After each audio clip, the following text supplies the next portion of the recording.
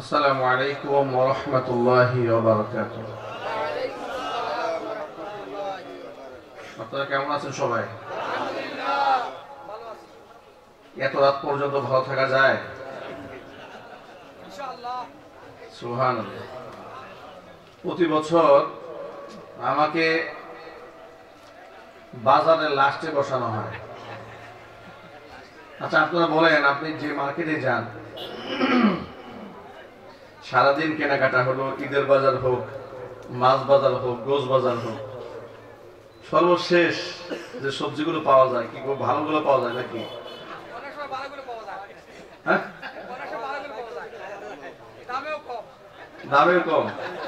দামে কম মানে বেশি। আচ্ছা, আমার কোনো বছরে এখানে এসে যে অনেক লম্বা কথা বলবো হয়ে ওঠে না। এই আনুষঙ্গিক এটা করতে করতে মোটামুটি চলে যায়। মূলত সিলেটে আমার তো এমনিতেও কম আসা হয়, খুবই কম আসা হয়। কি পরিমাণ লম্বা পথ! আজকে আসতে খুব একটা সময় লাগে, মাত্র 10.5 ঘন্টা লাগছে।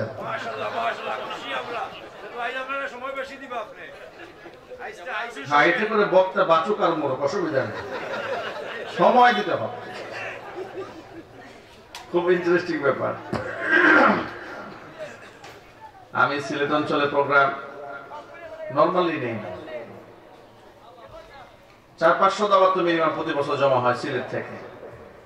400-500-র মধ্যে 4-5টা বড় জোর, খুব বেশি পিড়াপিড়িতে। আর এখানে তো আসি বেশি ওয়াজের নিয়তে আসি না, আসি আব্দুর রহমান ভাই আছেন, খালাম্মা আছেন, লুৎফর রহমান ভাই আছেন, সবার সাথে সাক্ষাৎ করার জন্য আসি। একটা মহব্বতের সম্পর্ক, তো এই সূত্রে মূলত আসে। তো যাই হোক, একেবারে শেষ সময়, অনেক লম্বা কথা বলার সুযোগও নাই, মেজাজও নাই। কারণ যত কথাই বলি না কেন, আমরা তো মানুষ, ঠিক না ভাই? আপনারা সারাদিন দেশ বরেণ্য আমাদের কাছ থেকে নসিহত শুনেছেন। আমি আর আপনাদের বিরক্তির কারণ হব না। কিছু মোটা দাগের কথা আপনাদের সামনে উপস্থাপন করবো। আমরা বলি ইনশাআল্লাহ, আমরা কথাগুলো আমলে নিয়তে বলবো এবং শুনবো। আল্লাহ যেন আমাদের তৌফিক দান করেন। আল্লাহ রাব্বুল আলামিন মাদ্রাসাকে কবুল করেন, মসজিদ কমপ্লেক্সকে কবুল করেন, আর আব্দুর রহমান ভাইয়ের পরিবারকে আল্লাহ তাআলা কবুল করেন। তার মারহুম পিতার জিন্দেগির গুনাহ খাতা আল্লাহ তাআলা মাফ করে দেন, জান্নাতুল ফিরদাউস ঠিকানা বানায় দেন। আল্লাহ পাক তার মায়ের নেক হায়াত দারাজ করেন। আর সূর্য সন্তান সমতুল্য এই হীরকখণ্ড একটা আল্লাহ পাক যে উপহার দিয়েছেন ওনার মাকে, এই কলিজার টুকরা সন্তানগুলোর দ্বারা আল্লাহ পাক বিশ্বকে কোরআন সুন্নাহ দিয়ে আলোকিত করে দেন। আলহামদুলিল্লাহ।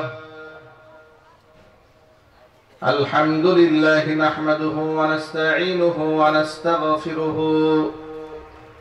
ونؤمن به ونتوكل عليه ونعوذ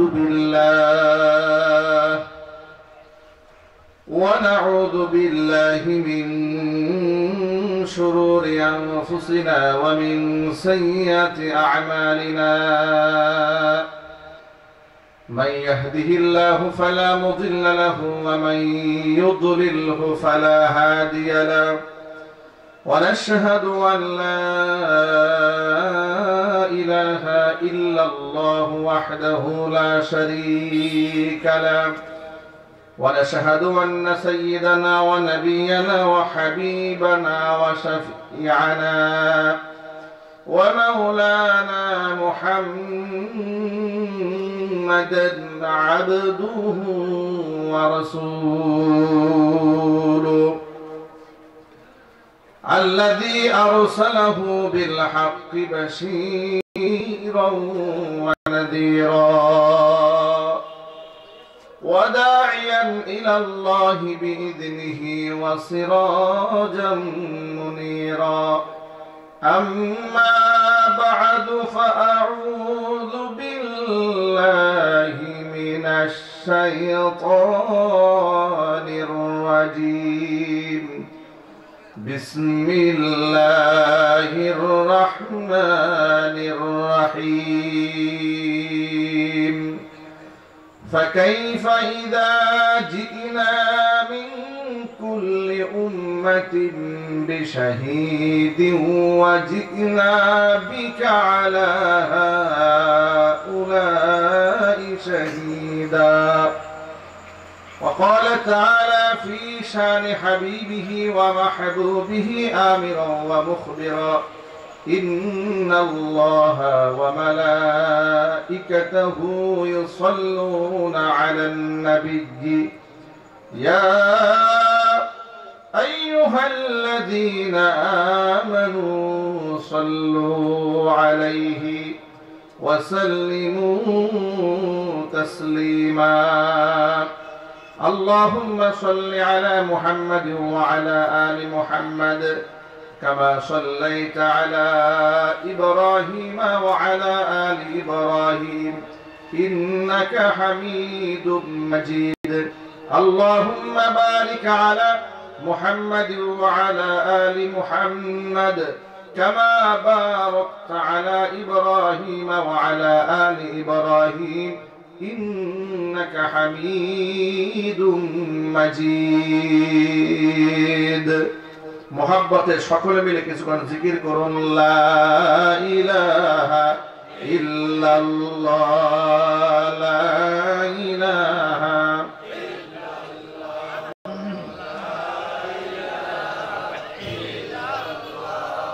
لا إله إلا الله لا إله إلا الله لا إله إلا الله محمد رسول الله صلى الله عليه وسلم. ঐতিহ্যবাহী সিলেট জেলার অন্তর্গত জকিগঞ্জ উপজেলার কলাকুটা খলিফায়ে বদরপুরি রহমাতুল্লাহি আলাইহি শেখ হাফেজ মাওলানা কাজী মোহাম্মদ আব্দুস সুবহান রহমাতুল্লাহি আলাইহি প্রতিষ্ঠিত দারুল আজকার মাদ্রাসা এন্ড ইসলামিক কালচারাল সেন্টারের কর্তৃক আয়োজিত 14তম বার্ষিকী ইসলামী মহাসম্মেলনের শেষ অধিবেশনের সম্মানিত সভাপতি শেখ হাফেজ মাওলানা তারিক কাজী আব্দুর রহমান হাফিজাহুল্লাহ ইমাম ও খতিব মিম্বার একাডেমি লন্ডন। আল্লাহ তাআলা মুহতারাম সভাপতির নেক হায়াত দারাজ করেন।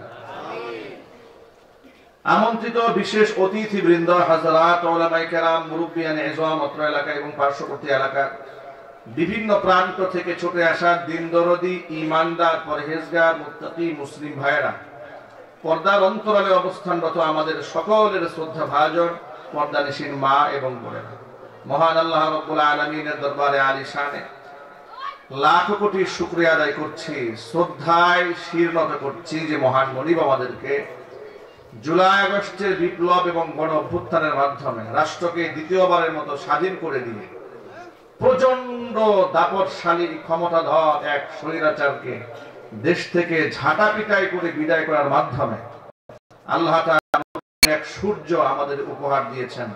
স্বাধীনভাবে কথা বলার সুযোগ পেয়েছি, কোরআন সুন্নাহ থেকে বক্তব্য দেওয়ার পরিবেশ আল্লাহ তাআলা তৈরি করে দিয়েছেন। এজন্য আপনারা খুশি না বেজার? কম না বেশি? জোর আওয়াজে হৃদয়ের সবটুকুন ভালোবাসা উজাড় করে শ্রদ্ধা জড়িত কণ্ঠে মহান মনিবের শেখানো ভাষায় বলছি আলহামদুলিল্লাহ। রব্বানা লাকাল হামদ হামদান কাসীরা তাইয়িবান মুবারাকান ফীহি। রব্বানা লাকাল হামদু কামা ইয়ানবাগী বিজালালি ওয়াজহিকা ওয়া আযীমি সুলতানিকা। আল্লাহ রাব্বুল আলামিন আজকের সম্মেলনকে কবুল করুন। দারুল আজকার মাদ্রাসা এন্ড ইসলামিক কালচারাল সেন্টারকে আল্লাহ তাআলা কিয়ামত পর্যন্ত কবুল করেন। প্রতিষ্ঠানের সমস্ত হাজাত আল্লাহ তাআলা তার গায়বে খাজানা থেকে মিটিয়ে দেন। অক্লান্ত পরিশ্রম করে এই জান্নাতের বাগান যারা সাজিয়েছেন, দূরদরাজ থেকে শোনার জন্য যারা এসেছেন, আজকের মাহফিলের ওসিলা করে আল্লাহ তাআলা সকলকে পরিপূর্ণ হেদায়েত নসিব করেন। অত্র এলাকার সমস্ত মুর্দেগানের কবর আযাব আল্লাহ তাআলা কিয়ামত পর্যন্ত বন্ধ করে দিন। কাল হাসরের কঠিন ময়দানে এই আয়োজন আল্লাহ তাআলা আমাদের সকলের নাজাতের জারিয়া হিসেবে কবুল করুন।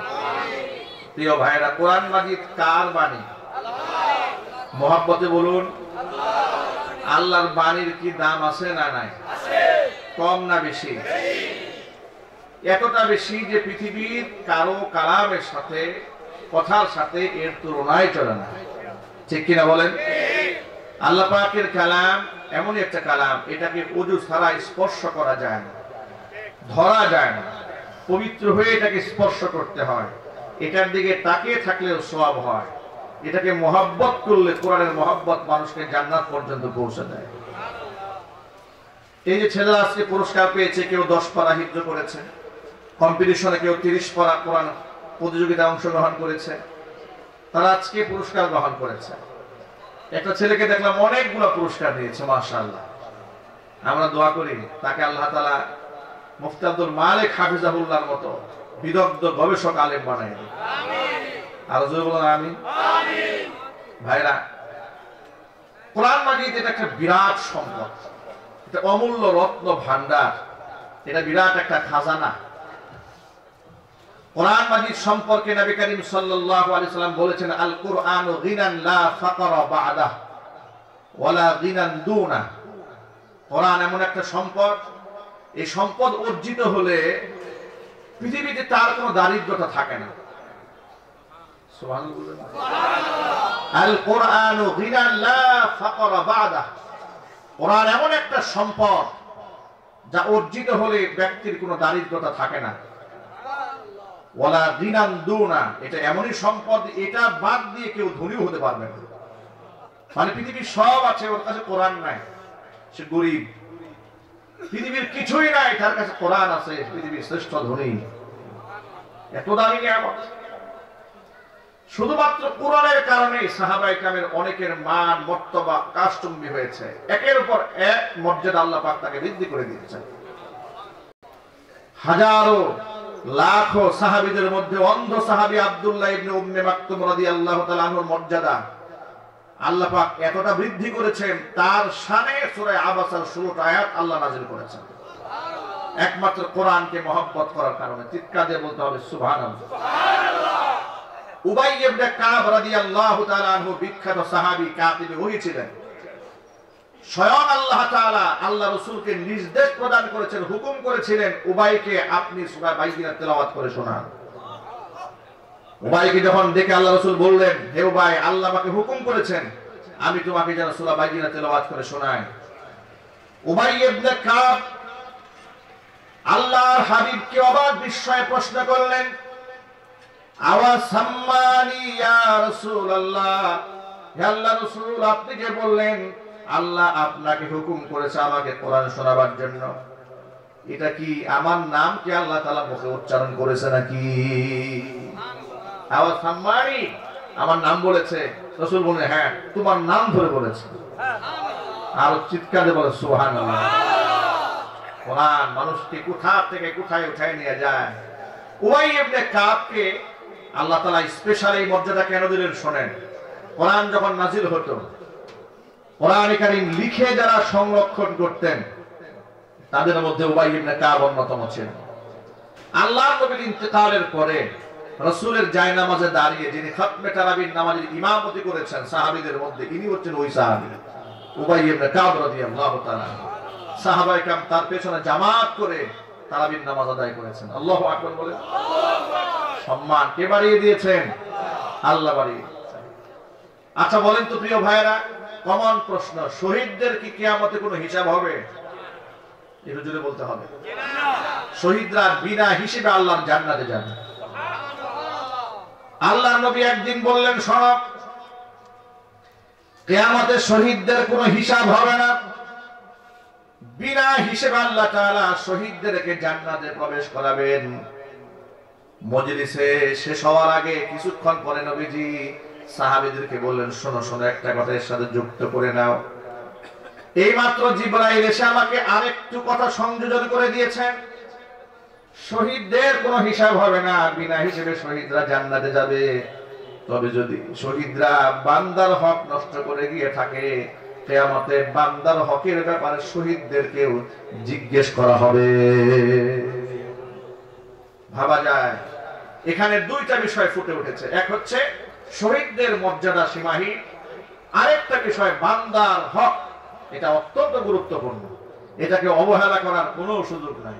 এই যে আজকে আপনি সুযোগে কারো 10,000 টাকা বেড়ে দিয়েছেন, গায়ে শক্তি ছিল, সামর্থ্য ছিল, অস্ত্র ছিল, ক্ষমতা বল ছিল, কারো জমি আপনি দখল করে নিয়েছেন, কিংবা প্রতারণা করে কারো কাছ থেকে আপনি 2টা ফাইল আজকে টাকা নিয়েছেন, ধোঁকাবাজি করেছেন, প্রতারণা করেছেন, 2 নাম্বার পণ্য 1 নাম্বার বলে বিক্রি করেছেন, ওজনে কম দিয়েছেন, খাদ্যে ভেজাল দিয়েছেন, বান্দার হক আপনি নষ্ট করেছেন। খুব সাবধান। বহু বছর আগের কথা, সম্ভবত 8-10 বছর আগের কথা হবে, আমি মসজিদের মধ্যে ইসলামী প্রোগ্রামে তওবা সংক্রান্ত একটা বয়ান করেছিলাম, যে তওবার মধ্যে কয়েকটা কন্ডিশন ছিল, যে আল্লাহ পাক বান্দার তওবা কবুল করেন তখন যখন এই বিষয়গুলো থাকে। এক হচ্ছে বান্দা যে গুনাহ করেছে সেই গুনাহটা তাৎক্ষণিক ছেড়ে দেবে, প্রচন্ড আকারে সে লজ্জিত হবে, অনুতপ্ত হবে, আরে আমি অন্যায়টা করলাম, আল্লাহ আমার প্রতি নারাজ হয়ে যাবে। আপনি খুব বেশি অনুতপ্ত হলেন, ভবিষ্যতে এই গুনাহ জীবনে করবে না বলে দৃঢ় সংকল্প করবে। আর যদি যে পাপ সে করেছে এর সাথে যদি বান্দার হক সংশ্লিষ্ট কোনো বিষয় থেকে থাকে, তাহলে বান্দার কাছ থেকে আগে ক্ষমা চেয়ে নেবে। বান্দা যদি ক্ষমা না করেন, এই বান্দা কাবা ঘরের গিলাফ ধরে কানলে আল্লাহ তাআলা তাকে মাফ করবেন না। বড় মারাত্মক ব্যাপার, কাঁদলেও মাফ হবে না। এই বয়ানটি করার পরে আপনাদের সিলেট অঞ্চল থেকে জনৈক কাঠের ব্যবসায়ী, ফার্নিচার ব্যবসায়ী আমাকে ফোন দিল, এবং যখন তিনি ফোনে কথা বলছেন তখন তিনি কান্না করছিলেন। আমাকে বললেন, হুজুর আমি একজন ফার্নিচার ব্যবসায়ী, আজকে আল্লাহ তাআলা আমাকে কোটিপতি বানিয়েছেন, কিন্তু এক সময় কোটিপতি আমি ছিলাম না। আপনার তওবা সংক্রান্ত বয়ান শুনলাম, আপনি যে বললেন মানুষের হক নষ্ট করলে তাদের কাছ থেকে মাপ চেয়ে নিতে হবে, তা আমার উপায়টা হবে কি? আমি তো অনেক সময় মেহগনি কাঠ দিয়া বার্নিশ করে তাকে আমি সেগুন বানায় বিক্রি করছি। কি এরকম ব্যবসায়ী নাই দেশে? আরো জোরে বলেন। আমি তো কাজ করে ফেলছি, আকাম তো ঘটাই ফেলছি, মেহগনি কাঠকে রং করে সেগুন বলেছি। এরপরে কাঠের মধ্যে পল ছিল, আমি সেটাকে সারি কাঠ বলে বিক্রি করে চালিয়ে দিয়েছি, কাস্টমার ধরতে পারে নাই। আমি তো এটা করেছি, কিন্তু এখন আমার উপায়টা হবে, আমি কি করব? ভাইরা খুব সাবধান বান্দার হকের ব্যাপারে। মনে রাখবেন, বান্দা নিজে থেকে যদি তার হক ছেড়ে না দেয়, যদি আপনাকে মাফ না করে, তাহলে আপনাকে আল্লাহ মাফ করবে না। আপনারা শুনেন নাই, আল গীবাতু আসাদ্দু মিনাজ জিনা, জিনা করার চাইতে গীবত ভয়াবহ অন্যায়।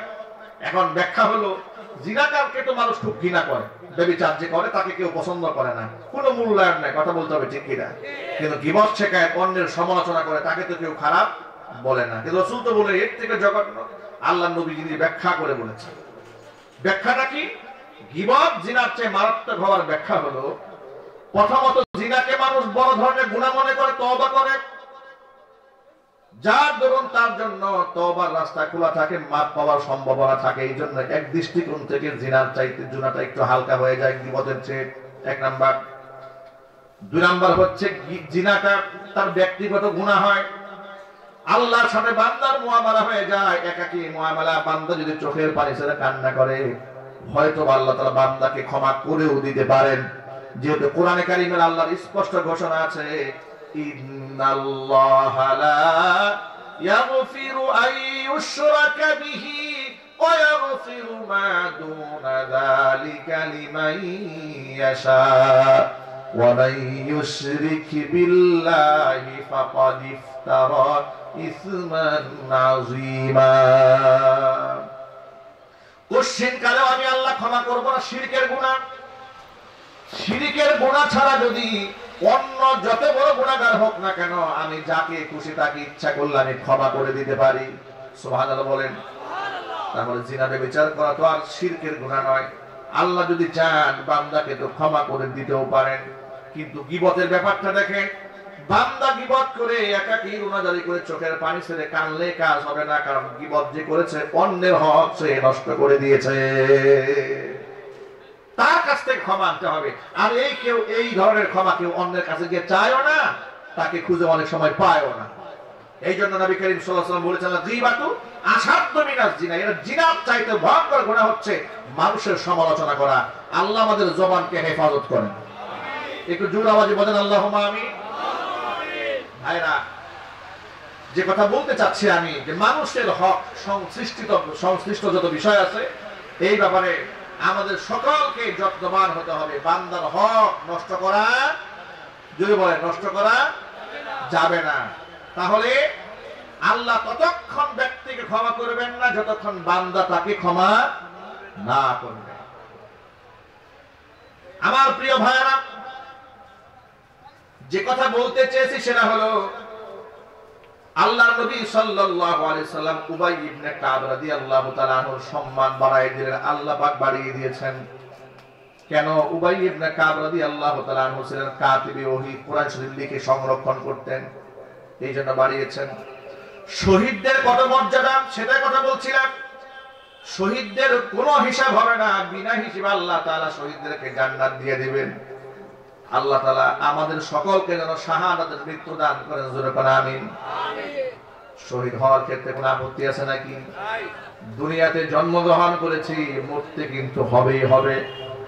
হয়তো আপনি টাইফয়েড জ্বরে মরেন, না হয় রোড অ্যাক্সিডেন্টে মারা যান, না হয় বিমান দুর্ঘটনায় মারা যান, না হার্ট স্ট্রোক করে মারা যান, কিডনি পচে মারা যান, কিডনি ড্যামেজ হয়ে মারা যান। কত প্রকার অনুষঙ্গ মৃত্যু থাকতে পারে, মরতে তো হবেই হবে। কিন্তু শহীদের মরণ বড় মর্যাদাপূর্ণ মরণ। এই জন্য আল্লাহ নবী নিজে আল্লাহর কাছে দোয়া করছেন, আল্লাহ আমার তো বলেছে আমি শহীদ হয়ে যাই আবার জিন্দা হই, আবার শহীদ হই আবার জিন্দা হই, আবার শহীদ হই আবার জিন্দা হই। ওমর রাদিয়াল্লাহু তাআলা আনহু আল্লাহর কাছে দোয়া করেছেন, আল্লাহুম্মা রযুকনি শাহাদাতান ফি সাবিলিক ওয়াজআল মাউতি ফি বালাদি রাসূলিক। আল্লাহ তাআলা তোমার পথে তুমি আমাকে শাহাদাতের মৃত্যু দান করো, তোমার নবীর দেশে তুমি আমাকে মৃত্যু দান করো। আল্লাহ রাব্বুল আলামিন ওমর রাদিয়াল্লাহু তাআলা আনহুর দোয়াকে মঞ্জুর করেছেন। মসজিদ নববীতে ফজরের নামাজ জামাতের সাথে আদায় করছেন, নামাজরত অবস্থায় মুনাফিক তার পিছন দিক থেকে ছুরি মেরে দিয়েছে। আমার প্রিয় বন্ধুগণ, শাহাদাতের এতটাই সম্মান আর এতটাই মর্যাদা, নবীজি সাল্লাল্লাহু আলাইহি ওয়াসাল্লাম শাহাদাতের তামান্না পেশ করেছেন, ওমর রাদিয়াল্লাহু তাআলা আনহু শাহাদাতের তামান্না পেশ করেছেন, খালিদ বিন ওয়ালিদ রাদিয়াল্লাহু তাআলা আনহু আল্লাহ রাব্বুল আলামিন বিরাট মর্যাদা যাকে দান করেছেন। ইসলাম ধর্ম গ্রহণ করার পরে যিনি জিহাদের ময়দানে এমন কোন জিহাদ নাই যেখানে তিনি বিজয় লাভ করেন নাই। গোটা জিন্দেগিতে পরাজয় বলতে তার জীবনে কোনো ঘটনা ঘটে নাই। সুবহানাল্লাহ বলেন। ইসলামে অপরাজেয় একজন সেনাপতির নাম খালিদ বিন ওয়ালিদ রাদিয়াল্লাহু তাআলা। বিরাট মর্যাদা। জীবনের শেষ সায়নে এসে মৃত্যু সজ্জায় শায়িত খালিদ বিন ওয়ালিদ প্রিয়তমা স্ত্রীকে ডেকে বলছেন, ও প্রিয়তমা স্ত্রী, চোখের পানি ছেড়ে কান্না করছেন আর আফসোস করতেছেন। কেন? তিনি আল্লাহর পথে শহীদ হলেন না, এই জন্য দুঃখ করে বলতেছেন, আচ্ছা বলো তো, আমার পায়ের পাতা থেকে শুরু করে একেবারে মাথার পর্যন্ত পুরো শরীরের সমস্ত অঙ্গ প্রত্যঙ্গ চেষ্ট করে দেখো তো, আমার গোটা দেহের এখনো কোনো অঙ্গ বাকি আছে নাকি যেখানে জিহাদের ময়দানে দুই একটা ঘা নাই, আঘাতের চিহ্ন নাই? স্ত্রী চেক দিলেন, পায়ের পাতা থেকে শুরু করে একবার মাথার তালু পর্যন্ত চেক দিয়া বললেন, আপনার গায়ের একটা অঙ্গ বাকি নাই যেখানে দুই একটা আঘাতের চিহ্ন নাই। সুবহানাল্লাহ। তিনি বললেন, শোনো, জিহাদে আমি সামনের সারিতে থাকতাম, যখন শুনতাম যে এখানে মুসলমানরা বেশি শহীদ হচ্ছে, আমি তলোয়ার নিয়ে ওখানে ঝাঁপিয়ে পড়তাম কুফফারদের বিরুদ্ধে লড়াই করার জন্য। কিন্তু আমি যখন আল্লাহর উপর বিশ্বাস নিয়ে তলোয়ার চালানো শুরু করতাম, আমার সামনে কোনো কাফের টিকতো না, সব কচু কাটার মতো টুকরা টুকরা হয়ে জাহান্নামে চলে যেত। জীবনে কোনোদিন আমি পরাজিত হয়ে নাই। আমার মনে কষ্ট, শহীদ হওয়ার তামান্না নিয়ে সারাটা জীবন ভর সামনের কাতারে থাকতাম, কিন্তু কেন জীবনের শেষ মুহূর্তে আজকে আমাকে বিছানায় শুয়ে শুয়ে মরতে হচ্ছে? কেন আল্লাহ আমাকে শহীদ করলেন না? মনে দুঃখ নিয়ে কাঁদতেছে। কেন আল্লাহ তাআলা আমাকে শহীদ হিসেবে কবুল করলেন না? স্ত্রী তাকে জবাব দিয়ে বললেন, আপনার নাম কি? বলে, আমার নাম খালিদ বিন ওয়ালিদ। নামের উপাধি কি? আমার নামের উপাধি হচ্ছে সাইফুল্লাহ। বলে, সাইফুল্লাহ মানে কি? বলে, সাইফুল্লাহ মানে হচ্ছে আল্লাহর তলোয়ার। উপাধি তো আল্লাহ আপনাকে দিয়েছেন। বলে হ্যাঁ, আল্লাহ আমাকে উপাধি দিয়েছেন। এবার আপনি একটু চিন্তা করেন, আপনি যদি জিহাদের ময়দানে পরাজিত হয়ে যান কিংবা আপনি যদি শহীদ হয়ে যান, তাহলে তো আল্লাহ তলোয়ারটা ভেঙে ফেললো কাফেররা। আল্লাহ তলোয়ার ভেঙে ফেলতে পারে এমন শক্তি আসমানের নিচে জমিনে কারো নাই। এই জন্য আল্লাহ আপনার শাহাদাত মঞ্জুর না করে আল্লাহ পাক আপনাকে গাজীর মর্যাদা দান করেছে। আপনি যে সাইফুল্লাহ, আল্লাহ তলোয়ার, আপনি যদি শহীদ হয়ে যান তো আল্লাহ তলোয়ার তো শেষ। আল্লাহ তলোয়ার তো শেষ হতে পারে না, এই জন্য আল্লাহ আপনাকে গাজী বানাইছে। যদি বলেন আল্লাহু আকবার। মরতেই হবে যখন শহীদি মরণ দিও আমাকে, মরতেই হবে যখন শহীদি মরণ দিও আমাকে। শাহাদাত জানি শুধুই জীবন, শাহাদাত জানি শুধুই জীবন, সে জীবন দিও আমাকে, মরতেই হবে যখন শহীদি মরণ দিও আমাকে, মরতেই হবে যখন শহীদি মরণ দিও আমাকে। মরণেও সুখ আমি পাবো জানি শাহাদাতে, হিসেব নিকেশতে ত্রাণ আছে জানি শাহাদাতে। মরণেও সুখ আমি পাবো জানি শাহাদাতে, হিসেব নিকেশতে ত্রাণ আছে জানি শাহাদাতে।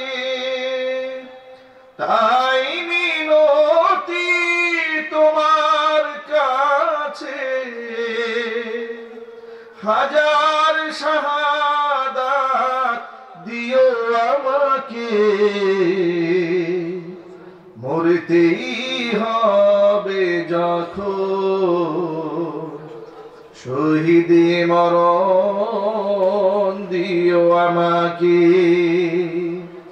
মরতেই হবে যখন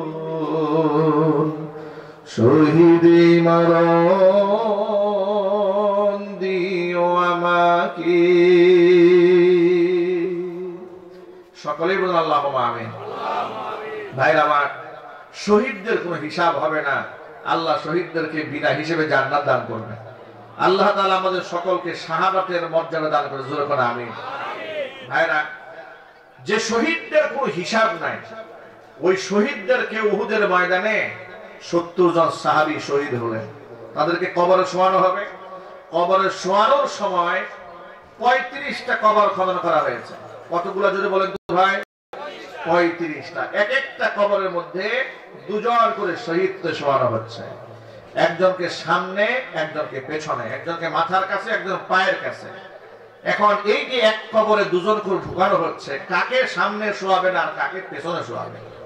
এই 2 শহীদদের মধ্যে কাকে সামনে রাখবেন, কাকে পেছনে রাখবেন? রাসূল সাল্লাল্লাহু আলাইহি ওয়াসাল্লাম সাহাবীদের কাছ থেকে জিজ্ঞেস করেছেন, ও সাহাবীরা বলো তো, এই 2 জনের মধ্যে তুলনামূলক ভাবে কোরআন শরীফ বেশি ভালো কে জানে? সুবহানাল্লাহ বলবেন না? আন্দাজ করতে পেরেছেন কথার ওজনটা কত গভীর? যে শহীদদের কোনো হিসাব নাই, বিনা হিসেবে জান্নাতে যাবে। আল্লাহ রাসূলের তত্ত্বাবধানে হুজুরের সাথে জিহাদ করে যারা জীবন দিয়েছে, রাসূলের হাতে যারা মাদফুন হচ্ছে রক্ত মাখা জামা নিয়ে, তাদের ব্যাপারে আল্লাহর নবী ক্লাসিফিকেশন করছেন, স্তর বিন্যাস করছেন মর্যাদাগত দিক থেকে, যে সামনে শোয়াবেন কাকে আর পেছনে কারে শোয়াবেন। হুজুর জিজ্ঞেস করলেন যে দুজনকে শোয়ানো হবে, ধরেন আব্দুর রহিম আর আব্দুল করিম, একটা করে শোয়ানো হবে, তো এই দুয়ের মধ্যে বেশি কোরআন শরীফ ভালো তেলাওয়াত কে জানতো? সাহাবায়ে কেরাম পরামর্শ করে সাক্ষী দিচ্ছিলেন, হ্যাঁ এই দুইজনের মধ্যে আব্দুর রহিম একটু ভালো জানতো কিংবা আব্দুল করিম বেশি ভালো জানতো। যার ব্যাপারে সাহাবায়ে কেরামের সাক্ষ্য বেশি আসতেছে উনি কোরআন ভালো জানতেন, নবীজি তাকে মাথার কাছে স্থান দিয়েছেন শোয়ার জন্য। কোরআন মর্যাদার প্রতীক, এটা সম্মানের প্রতীক, এটাকে কোনোদিন হালকা মনে করবেন না, এটা বিরাট সম্পদ। শুধুমাত্র এখানে সম্মান দেওয়া হয়েছে তা নয়, মর্যাদার প্রতীক এই কোরআন কিয়ামতের ময়দানে ব্যক্তিকে কতটা সম্মানের অধিকারী বানায় দেবেন। ইউকালু লিসাহিবিল কুরআনি ইকরা ওয়ারতাকি ওয়ারাত্তিল কামা কুনতা তুরাত্তিলু ফিদ দুনিয়া ফাইন্না মানজিলাকা ইনদা আখিরি আয়াতিন তাকরাউহা আও কামা ক্বালা আলাইহিস সালাতু ওয়াসসালাম। কোরআনের ধারক বাহককে কিয়ামতে বলা হবে ইকরা, তুমি পড়তে থাকো, ওয়ারতাকি, উপরের দিকে উঠতে থাকো, ওয়ারাত্তিল কামা কুনতা তুরাত্তিলু ফিদ দুনিয়া, থেমে থেমে আদবের সাথে তারতিলের সাথে যেভাবে কোরআন শরীফ পড়তে তুমি আসলে সেইভাবে কোরআন পড়ো। পড়তে পড়তে ফাইন্না মানজিলাকা ইনদা আখিরি আয়াতিন তাকরাউহা, যেখানে তোমার আয়াত পড়া শেষ হবে এটা স্তর বিশিষ্ট জান্নাতের মালিক তুমি হয়ে যাবে। আর যদি বলেন সুবহানাল্লাহ। কোরআন কিসের প্রতীক? মর্যাদার প্রতীক। কিসের প্রতীক যদি বলেন তো ভাই? সম্মানের প্রতীক। কোরআন এমন সম্পদ যার অর্জিত হয় তার দাম আল্লাহ বাড়ায় দেন। আমি ছোটবেলায় 11 বছর বয়সে কোরআন মুখস্থ করেছি, আলহামদুলিল্লাহ। যখন কোরআন মুখস্থ করেছি তখন কোরআনের মর্তবা বুঝতাম না, বাবা দিয়েছে পড়েছি। 30 পারা কোরআন সূরা ফাতিহা থেকে নাস পর্যন্ত এক দ্বারাই শোনায়ও দিয়েছে, আলহামদুলিল্লাহ বলেন। এটা আমার জীবনের একটি ঐতিহাসিক ঘটনা। 2001 সালে ঢাকা দক্ষিণ মুগদাপাড়া দারুল উলুম মাদ্রাসাতে উস্তাদ হাফেজ কারি মাওলানা মুফতি দেলওয়ার হোসাইনের তত্ত্বাবধানে সূরা ফাতিহা থেকে সূরা নাস পর্যন্ত এক দ্বারায় বলতে মাগরিবের পর থেকে শুরু করেছি। জরুরতার শুধু পেশাবের প্রয়োজন হয়েছে, রাতের বেলায় গিয়েছি, ইশারা নামাজ হয়েছে, আবার তেলাওয়াত শুরু করেছি। 7 জন হাফেজ সাহেব বসে বসে সারা রাত ভরে তারা তেলাওয়াত শুনেছে, আমি সারা রাত দাঁড়িয়ে দাঁড়িয়ে শোনাইছি মুখস্থ। 2001 সালে মর্ম বুঝি না, খালি মুখস্থ করেছি। এই বয়সে এসে এখন মনে হয় যে এটা কি করে সম্ভব, এটা অলৌকিক ঘটনা। এখন তো আমি এক পারা পড়তে আমার দম বের হয়ে যায়, কিভাবে সম্ভব এটা? এটা হচ্ছে আল্লাহ পাকের আয়াত, ওয়ালাকাদ ইয়াসসারনাল কুরআনা লিযিকরি ফাহাল মিন মুদ্দাকির। আল্লাহ তাআলা মানুষের জন্য কোরআন মুখস্থ করে এবং বোঝা দুটোই সহজ বানিয়ে দিচ্ছেন। এই নিয়ামতকে হাতছাড়া করবেন না, সবাই পাকা নিয়ত করে ফেলেন। সন্তানকে doctor, engineer, lawyer, barrister, professor, বুদ্ধিজীবী, রাজনীতিবিদ যা কিছু বানান, আগে ফাউন্ডেশনটা আল্লাহ কোরআন দিয়ে দিবেন ইনশাআল্লাহ। বলেন না ভাই? ভাই আমরা মুসলমান, কোরআন ছাড়া মুক্তির কোন পথ আমাদের আছে? আরো যদি বলেন আছে? আপনি যদি কোরআন ছাড়া সন্তানকে শিক্ষিত বানাতে চান, শিক্ষিত হবে, আদর্শবান ব্যক্তি হবে না। আপনি এখন তো শিক্ষিত মহল, আপনাদের নলেজ আইকিউ অনেক পরিষ্কার, আলহামদুলিল্লাহ। আপনাদের স্মৃতিশক্তি প্রখরতা আল্লাহ পাক আরো বাড়ায় দেন। উত্তরবঙ্গের বেলা শেষে একটা বৃদ্ধাশ্রম আছে। বেলা শেষে বৃদ্ধাশ্রমের যিনি পরিচালক, মালিক যিনি, চেয়ারম্যান যিনি, একজন ভদ্র মহিলা, তিনি বাংলা ভিশন টেলিভিশনে একটি সাক্ষাৎকার প্রচার করেছেন, ইন্টারভিউ দিয়েছেন। উনি তার গল্পটা আমি শুনেছি। উনি বললেন এক ভদ্র মহিলার সাথে তার সম্পর্ক হয়েছিল বৃদ্ধাশ্রম করার আগের কথা, যে তিনি মহিলার সাথে তার মৌখিক সম্পর্ক মোহাম্মত করে থাকতেন। প্রায় দিন দেখা সাক্ষাৎ হয়, এভাবে বেশ কয়েকদিন চলেছে। হঠাৎ করে দেখা সাক্ষাৎ হচ্ছে না, এই জন্য খোঁজখবর নিয়ে তার বাড়িতে গিয়েছে। বাড়ি গিয়ে দেখেন ভেতর থেকে দরজা বন্ধ করা, বাহির থেকে কোনো লোক নাই, আওয়াজ নাই, ডাক দিচ্ছেন শুনতে পাচ্ছেন না। থানায় নক দিয়েছেন, পুলিশ এসছে, প্রশাসনের নেতৃত্বে দরজা ভেঙে ঢুকেছেন। গিয়ে দেখেন ভদ্র মহিলা বয়স্ক, একদম পেশাব পায়খানা করে বিছানা নষ্ট করে ফেলেছেন। তিনি তাকে পরিষ্কার পরিচ্ছন্ন করে ঢাকা মেডিকেল কলেজ হাসপাতালে ভর্তি করেছে, ট্রিটমেন্ট দিয়েছে। সন্তানদের খবর নিয়েছে, সন্তানরা বিদেশের 2 ছেলে ডাক্তার, বিদেশে সিটিজেনশিপ নিয়ে থাকে। সন্তানদের খবর দিয়েছে, জীবনের শেষ মুহূর্তে মাকে তারা একটু দেখতে এসছে। সেই ইতিহাস অনেক লম্বা। উনি বললেন, সন্তানেরা আসার সময় মায়ের জন্য কি নিয়ে আসছে জানেন? স্টাম্প আর দলিল নিয়ে আসছেন, মায়ের কাছ থেকে টিপসই নেওয়ার জন্য। আল্লাহি ওয়া রাব্বিল কাবা, কাবার রবের কসম, এটা হচ্ছে এই নিষ্ঠুর পৃথিবীর বাস্তব নমুনা। মা গররাকা বিরাব্বিকাল কারীম, কোন জিনিস তোমার রব থেকে তোমাকে গাফিল করে দিয়েছে? ওয়ামাল হায়াতুদ দুনিয়া ইল্লা মাতাউল গুরুর, আল্লাহ কোরআনে বলেছেন পৃথিবীর জীবন হচ্ছে প্রবঞ্চনাময় ধোঁকার জিন্দেগি। কার জন্য আপনি চোখের পানি ফেলছেন? কার জন্য কান্না করছেন? কার জন্য সুদের মধ্যে হাত দিয়েছেন? কার জন্য ঘুষে হাত দিয়েছেন? কার জন্য অন্যের জমি দখল করেছেন? কার জন্য হাজার হাজার কোটি টাকা দুর্নীতি করে দেশ থেকে বিদেশে পাচার করেছেন? কার জন্য মানুষের হক নষ্ট করেছেন? এই সন্তানের জন্য। দেখুন সন্তানের বাস্তবতা। ডাক্তার ছেলেরা 2 জন বিদেশ থেকে এসেছে। এসে উনি বললেন প্রথম কাজ হচ্ছে মা মৃত্যু শয্যায় শায়িত, কথা বলতে পারে না, অর্ধ অঙ্গ প্যারালাইজড হয়ে গেছে, পক্ষাঘাত হয়ে গেছে। তার হাত থেকে টিপসই নিয়ে নিচ্ছে দলিলের বিভিন্ন পাতায়। টিপসই গুলো নিয়ে মায়ের নামে স্থাবর অস্থাবর সম্পদ যা ছিল মোহাম্মদপুরে সব লিখে নিয়েছে। নেওয়ার পরে এই ডাক্তার সন্তান দ্বয় বলছে যে মহিলা তার চিকিৎসা করছে তাকে, যে আপনি আমার মাকে নিজের মায়ের মতো একটু দেখবেন, যেটা আমরা বিদেশ থাকি, বিদেশ থেকে যা খরচাদি লাগে সব আমরা পাঠাই দেব। এই কথা বলে ছেলেদ্বয় বিদেশে পাড়ি জমিয়েছে। বিদেশে যাওয়ার পরে এই ভদ্র মহিলা কথা বলে কান্না করে দিয়েছে যে আমি ঠিকই তাকে নিজের মায়ের মতো আগলায় ধরে রেখেছি, কিন্তু আশ্চর্যের ব্যাপার, নিজের গর্ভধারণের মায়ের কথা সেই সন্তান দ্বয় একটিবারের জন্য ফোন দিয়ে জিজ্ঞেস করলো না আমার মা বেঁচে আছেন না মরে গেছেন। এই হচ্ছে দুনিয়া। এই দুনিয়ার পেছনে আমরা ঘুরে বেড়াচ্ছি।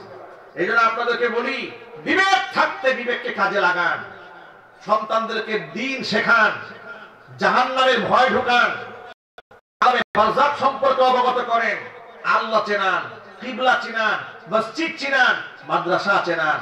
ফায়দা হবে, জীবন আলোকিত হবে। ঠিক কিনা বলেন?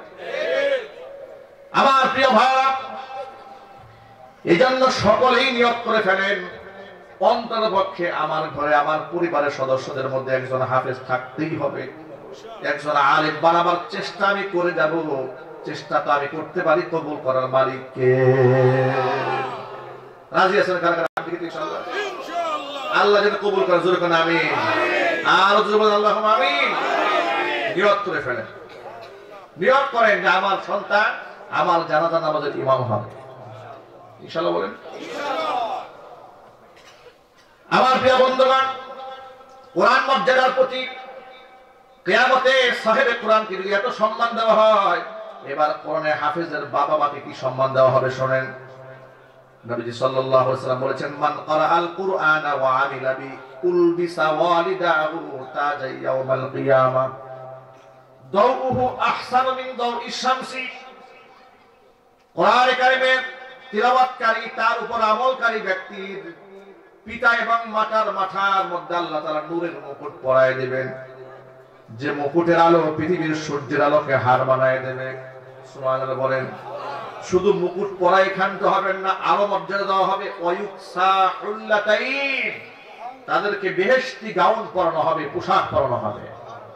এই যে আমাদের ছেলে মেয়েরা ইউনিভার্সিটি থেকে মাস্টার্স ডিগ্রি কমপ্লিট করার পরে, পিএইচডি ডিগ্রি নেওয়ার পরে তাদেরকে গাউন পরানো হয় না, মাথায় ক্যাপ দেওয়া হয়, সিনথেটিক কাপড়ের কালো গাউন পরানো হয়। বেহেশতে হাফেজ কোরআনের বাবা মাকে আল্লাহ বেহেশতি গাউন পরাবেন। সেই গাউন এই সিনথেটিক কাপড়ের কম দামি কাপড় নয়, পলিথিন মার্কা প্লাস্টিক কাপড় নয়। কত দামি কাপড় রাসূলের কাছ থেকে শুনেন। আচ্ছা, আল্লাহ রাসূল কি মিথ্যা কথা বলেন? আওয়াজ দিয়ে বলেন। আল্লাহর হাবিব বলেন, ওয়ায়ুকসাহুল্লাতাইন লা তাকুমু লাহুমাদ দুনিয়া। এমন দুটো গাউন, এমন দুটো জামা পরানো হবে, পৃথিবী বিক্রি করলেও জামার মূল্য দেওয়া সম্ভব হবে না। দুনিয়া বিক্রি করলে দুটা জামার মূল্য হবে না, এত দামি জামা পরানো হবে। এ জামা গায়ের মধ্যে পরে অবাক বিস্ময়ে তারা নিজেরাই আল্লাহকে জানতে চাবে। আল্লাহ এমন কোন আমল করলাম, এত দামের পোশাক আমাদের গায়ে উঠিয়ে দিয়েছো। সুবহানাল্লাহ বলেন, এত দামের পোশাক কেন দিলে আল্লাহ? ফায়ুকালু লাহুমা বিআখদি ওয়ালাদিকুমাল কুরআন, তোমাদের সন্তানরা কোরআন পড়েছিল বলে হ্যাঁ, এই জন্য আজকে তোমাদের এই সম্মাননা দেওয়া হলো। ওই গাউন আমাদের গায়ে আসুক, এটাকে আমরা চাই না। যদি বলুন আল্লাহ যেন কোরআনে কারীমের হাফেজ হওয়ার তৌফিক আমাদের দান করেন, আমাদের সন্তানদের দান করেন, আমাদের নাতি পুতি বংশের মধ্যে আল্লাহ পাক হাজার হাজার হাফেজ আর আলেম বানাইয়া দিয়ে জোরে কোন আমিন। নবী করিম সাল্লাল্লাহু আলাইহি সাল্লাম বলেছেন, কুন আলিমান, সম্ভব হলে নিজে আলেম হও, আও মুতাআল্লিমান, অথবা আলেমের ছাত্র হও, আও মুস্তামিআন, অথবা আলেমের শ্রোতা হও, আলেমের ফ্যান ফলোয়ার হও, আও মুহিব্বান, 4 নাম্বার আলেমের তুমি আলেমকে দিল থেকে ভালোবাসো। মনে থাকবে তো, নিজে আলেম হন, না হয় আলেমের ছাত্র হন, না হয় আলেমের শ্রোতা হন, না হয় আলেমকে মহব্বত করেন। ওয়ালা তাকুনুল খামিস, 5 নাম্বার হইও না, তাহলে ধ্বংস হয়ে যাবে। মানে আলেম বিদ্বেষী হতে যেও না, তাহলে তুমি ধ্বংস হয়ে যাবে। আমার ভাইরা মনে রাখবেন, যারা আলেম বিদ্বেষিতা যারা এই পৃথিবীতে দেখিয়েছে, তাদের সকলকে আল্লাহ লাঞ্ছিত অপমানিত করে দুনিয়া থেকে বিদায় করেছেন। ঠিক কিনা বলেন? আলেমদের সাথে বিয়াদবি করতে আসবেন না। বিগত জীবনে যারা আলেমদের সাথে বিয়াদবি করেছে তারা অপমানিত হয়েছে, তারা লাঞ্ছিত হয়েছে। ঠিক কিনা বলেন? খবরদার এটা করতে যাবেন না। কোরআন মর্যাদার প্রতি, এটাকে তেলাওয়াত করতে হবে, এটাকে মহব্বত করতে হবে। আমরা তেলাওয়াত করবো তো ইনশাআল্লাহ। এই যে দেখেন তো আমাদের সকালবেলা বক্তব্যগুলো বন্ধ হয়ে গেছে না? কেন বন্ধ হলো? ফুরকানিয়া মাদ্রাসাতে আমি নিজে মাদ্রাসায় যাওয়ার আগে, হিফজ করার আগে ফুরকানিয়া মাদ্রাসায় পড়েছি, তখন আমি স্কুলে পড়ি। স্কুলে যখন পড়েছি তখন আমি ফুরকানিয়া মাদ্রাসাতে কোরআন পড়তাম। এই সেই ফুরকানিয়া মাদ্রাসা বাংলাদেশের অধিকাংশ জায়গায় বন্ধ হয়ে গেছে। এগুলো চালু হওয়া দরকার। স্কুল কলেজ যাই পড়ুক না কেন ছেলেমেয়েরা সকালবেলা ফুরকানিয়া মাদ্রাসা, কিন্তু মুসলমানদের ঐতিহ্য। ঠিক কিনা বলেন?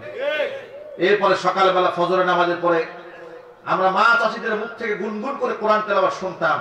ঘরের বাহির থেকে আওয়াজ শোনা যেত, আর সেই গুনগুনানি আওয়াজ আর নাই। রাত 2টা 3টা 4টা পর্যন্ত টেলিভিশন দেখে, মোবাইল দেখে, ইউটিউব দেখে।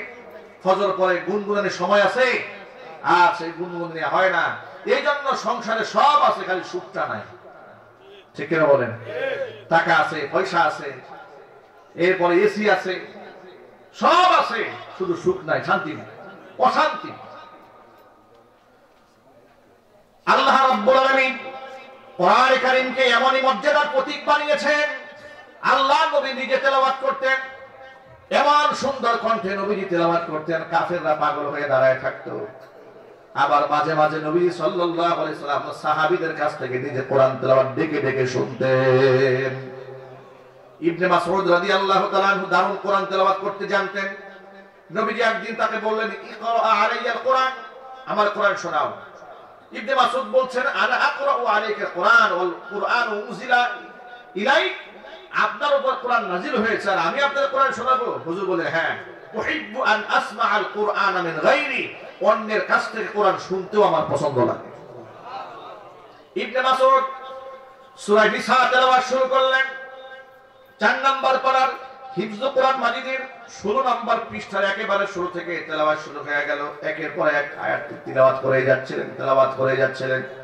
তেলাওয়াত করতে করতে করতে করতে এক পর্যায়ে আমি আমার খুতবার মধ্যে যে আয়াতখানা তেলাওয়াত করেছি, সূরা নিসার 41 নম্বর আয়াত তিনি তেলাওয়াত করলেন, ফাকাইফা ইযা জিনা মিন কুল্লি উম্মাতিন বিশাহিদিন ওয়া জিনা বিকা আলা হাউলাই শাহীদা।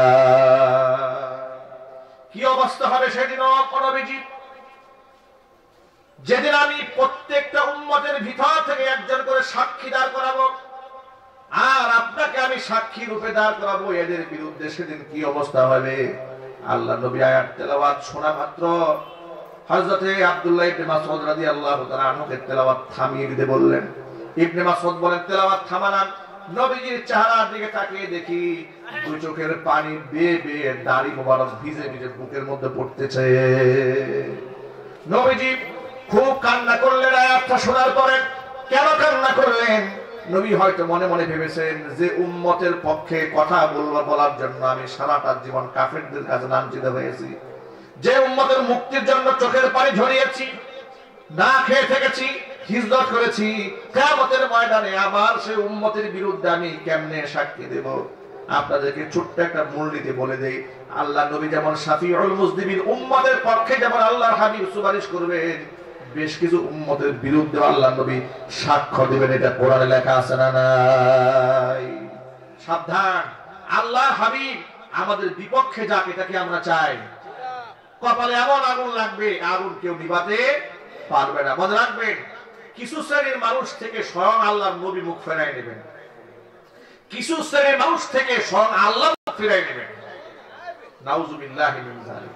আচ্ছা, আপনাকে বোঝাবার জন্য বলি, মামলা যদি হয় ম্যাজিস্ট্রেট কোর্টে, আপনি সেখানে জামিন পান নাই, জজ কোর্টে গেলেন, জজ কোর্টে জামিন হয় নাই, আপনি হাইকোর্টে গেলেন, হাইকোর্টে হয় নাই, সুপ্রিম কোর্টে গেলেন, এরপর আপনি যাবেন কই?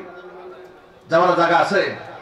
যাওয়ার জায়গা নাই। যখন দেখলেন আলেমের সুপারিশ কাজ হয় নাই, রাসূল পাক সাল্লাল্লাহু আলাইহি ওয়াসাল্লামের সুপারিশ নিয়েছেন, হুজুর পাক সাল্লাল্লাহু আলাইহি সাল্লামের শুধু শাফাআত না, আল্লাহর রহমতে নবীর সুপারিশে আপনাদের মুক্তির ফয়সালা হয়ে গেল, কিন্তু আল্লাহ মুখ ফিরাই নিলেন, রাসূলুল্লাহ মুখ ফিরাই নিলেন, আপনি যাবেন কার কাছে?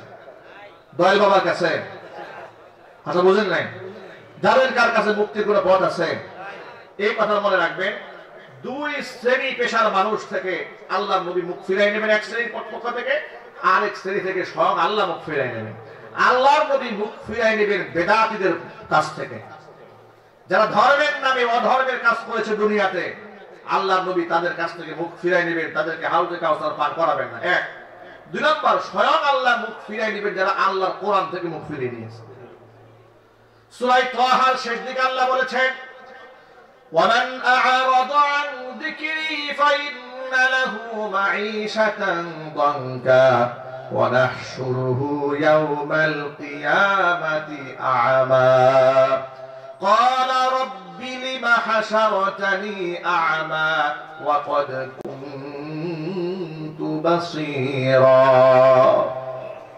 قَالَ كَذَلِكَ أتتك آياتنا فنسيتها وكذلك اليوم تنسى আল্লাহ পাক বলেন, মান আ'রাদা আন যিকরি, আমার কোরআন থেকে যারা মুখ ফিরিয়ে নিয়েছে, ফাইন্না লাহু মাঈশাতান দানকা, তাদের জীবনটা আমি আল্লাহ সংকীর্ণ বানায় দেব। আল্লাহ পাক জীবন কিভাবে সংকীর্ণ বানান দেখেন, তার ঘর আছে, বাড়ি আছে, বিল আছে, ফ্যাক্টরি আছে, জায়গা জমি, টাকা পয়সার অভাব নাই, এরপরেও মানুষের সামনে মুখ দেখাতে সাহস পায় না, এমন অপরাধী জমিনে আছে না নাই? স্বৈরাচারের দিকে তাকাই দেখেন তো কি নাই ওদের। ওরা হাজার হাজার কোটি টাকা না, লক্ষ লক্ষ কোটি টাকা বিদেশে নিয়েছে, এত কিছু করলো, ইউরোপ আমেরিকাতে সেকেন্ড হোম বানালো, বাড়ি ঘর বানিয়েছে, সে দেশের ভিসা পাওয়া যাচ্ছে না, ইংল্যান্ডের ভিসা হচ্ছে না, আরব আমিরাতের ভিসা হচ্ছে না, কেউ দিতে চায় না। গোটা দুনিয়া প্রশস্ত থাকার পর আল্লাহ পাক সংকীর্ণ বানিয়ে দিয়েছেন। কথা বলতে হবে, ঠিক কিনা বলেন? খবরদার, আল্লাহ কোরআন থেকে মুখ ফেরাবেন না, আলেম থেকে মুখ ফেরাবেন না, আল্লাহ রাসূলের সুন্নাহ থেকে মুখ ফেরাবেন না, আল্লাহ জীবন কিন্তু সংকীর্ণ বানিয়ে দিবেন। শুধুমাত্র দুনিয়াতেই যে শাস্তি পাবেন তা নয়, ওয়ানাহশুরুহু ইয়াওমাল কিয়ামাতি আমা, কিয়ামতের দিন আল্লাহ অন্ধ বানায় হাজির করবে, চোখে কিছু দেখতে পাবেন না। আল্লাহ পাক বলবেন, লিমা, আল্লাহ পাকের কাছে তারা বলবে, রব্বি, আমাদের রব, লিমা হাশারাতানি আমা ওয়া ক্বাদ কুনতু বাসীরা, তুমি আমাদেরকে অন্ধ বানাইলে কেন? দুনিয়াতে তো আমরা দেখতে পারতাম। আল্লাহ পাক তখন বলবেন, ক্বালা কাযালিকা আতাতকা আয়াতুনা ফানাসিতাহা ওয়া কাযালিকাল ইয়াওমা তুনসা, এভাবে আমার আয়াত তোমাদের কাছে এসেছিল, সেদিন তোমরা আমার আয়াতকে ভুলে গিয়েছিলে, এই জন্য আজকে তোমাদেরকে ভুলে যাওয়া হবে, মানে আমি আল্লাহ ভুলে গেলাম। আহা, আল্লাহ যদি বলেন আমি তোকে ভুলে গেলাম, আহারে আল্লাহ, এমন ভয়ঙ্কর পরিস্থিতির মোকাবেলা, আল্লাহ আমাদেরকে এমন ভয়ঙ্কর পরিস্থিতির সম্মুখীন তুমি করো না, জোরে করে আমিন। আল্লাহ যেন আমাদের মাফ করে দেয়, জোরে করে আমিন। এই জন্য প্রিয় ভাইরা, কোরআন মর্যাদার প্রতীক, সম্মানের প্রতীক। কোরআন কার বাণী যদি বলেন তো ভাই, সবাইকে যদি বলেন কার বাণী? আল্লাহর এই বাণীর সাথে কি দুশ্মনী রাখা যাবে? এটা আমরা অন্তর ধারণ করবো, আমরা বলি ইনশাআল্লাহ। আল্লাহ তাআলা আমাদের সন্তানদেরকে কবুল করেন, আল্লাহ তাআলা আমাদেরকে কবুল করেন, মা বোনদেরকে কবুল করেন। আজকের এই আলোচনার ওসিলায় আল্লাহ তাআলা আমাদেরকে কোরআন প্রেমিক হিসেবে কবুল করেন। কাল কিয়ামতের কঠিন ময়দানে আলোচনা আল্লাহ তাআলা আমাদের নাজাতের ওসিলা বানায় দেন। জোরে কোন আমিন। ওয়া আখিরু দাওয়ানা আনিল হামদুলিল্লাহি রাব্বিল আলামিন। والسلام عليكم ورحمة الله وبركاته. اغفر لنا وترحمنا لنكونن من الخاسرين. ربنا لا تزغ قلوبنا بعد إذ هديتنا وهب لنا من لدنك رحمة إنك أنت الوهاب. رب العالمين গভীর রজনী পর্যন্ত কোরআন সুন্নাহ থেকে আলোচনা করে তোমার শাহী দরবারে ইতিমের মতো ভিক্ষুকের মতো হাত ওখানে বাড়িয়ে দিয়েছে। মেহেরবানি করে আলোচনার ভুল বেয়াদবি ক্ষমা করে সওয়াবের হাদিয়াটুকু কবুল করে মঞ্জুর করে সোনার মদিনায় তোমার হাবিবের রওজা মুবারকে পৌঁছে দাও। তামাম পৃথিবীর মাটির নিচে যত মুমিন মুমিনাত মুসলিমিন মুসলিমাত চিরবিদায় হয়ে চলে গেছেন, তাদের আরওয়াহের উপর সওয়াবের হাদিয়াগুলো পৌঁছে দাও। আমাদের মা বাপ যাদের দুনিয়ার জমিন থেকে চলে গেছেন, মা বাবার কবরগুলোকে জান্নাতের টুকরায় পরিণত করে দাও। আত্মীয় স্বজনের কবর আযাব কিয়ামত পর্যন্ত বন্ধ করে দাও। রব্বুল আলামিন দারুল আসকার মাদ্রাসাকে তুমি কিয়ামত পর্যন্ত কবুল করে নাও। মাদ্রাসার সমস্ত হাজাত তোমার গায়বে খাজানা থেকে মিটিয়ে দাও। রব্বুল আলামিন মাদ্রাসার সাথে সংশ্লিষ্ট প্রত্যেকটা ব্যক্তিকে আল্লাহ তুমি মাফ করে দাও। আল্লাহ তাআলা খাস করে কাজী আব্দুর রহমান ভাই সহ তার পরিবারের প্রত্যেকটা সদস্যকে আল্লাহ তুমি কবুল করে নাও। আল্লাহ তার মায়ের নেক হায়াত দারাজ করে দাও, তার পিতার জিন্দেগীর গুনাহ খাতাগুলো আল্লাহ মাফ করে দাও। জান্নাতুল ফিরদাউস তার ঠিকানা বানায়া দাও। তার মারহুম আত্মীয় স্বজনের সকলের কবর আযাবকে আল্লাহ তুমি মাফ করে দাও। রব্বুল আলামিন বড় আশা নিয়ে যারা গভীর রাত পর্যন্ত বয়ান শুনেছে, খালি হাতে কাউকে ফিরাই দিও না, সকলকে বেগুনা মাসুম বানায়া দাও। আমার মা বোনেরা বয়ান শুনেছেন, মা বোনদের মাফ করে দাও। নিঃসন্তানী মাকে সন্তান দান করো। স্বামী স্ত্রীর মধ্যে মহব্বত না থাকলে মহব্বত পয়দা করে দাও। আল্লাহ তাআলা কর্তৃপক্ষ প্রত্যেক বছর আরো বিশাল আয়োজন করে কোরআন সুন্নাহর হক এবং হক্কানিয়াতের বাণীগুলো মানবদেরকে শোনাতে পারেন তৌফিক দান করে দাও। রব্বির হামহুমা কামা রাব্বায়ানি সগীরা। রব্বির হামহুমা কামা রাব্বায়ানি সগীরা। تقبل منا إنك أنت السميع العليم وتب علينا إنك أنت التواب الرحيم. سبحان ربك رب العزة عما يصفون وسلام على المرسلين والحمد لله رب العالمين. واجعل آخر كلمتنا عند الموت لا إله إلا الله محمد رسول الله صلى الله عليه وسلم. السلام عليكم ورحمة الله وبركاته.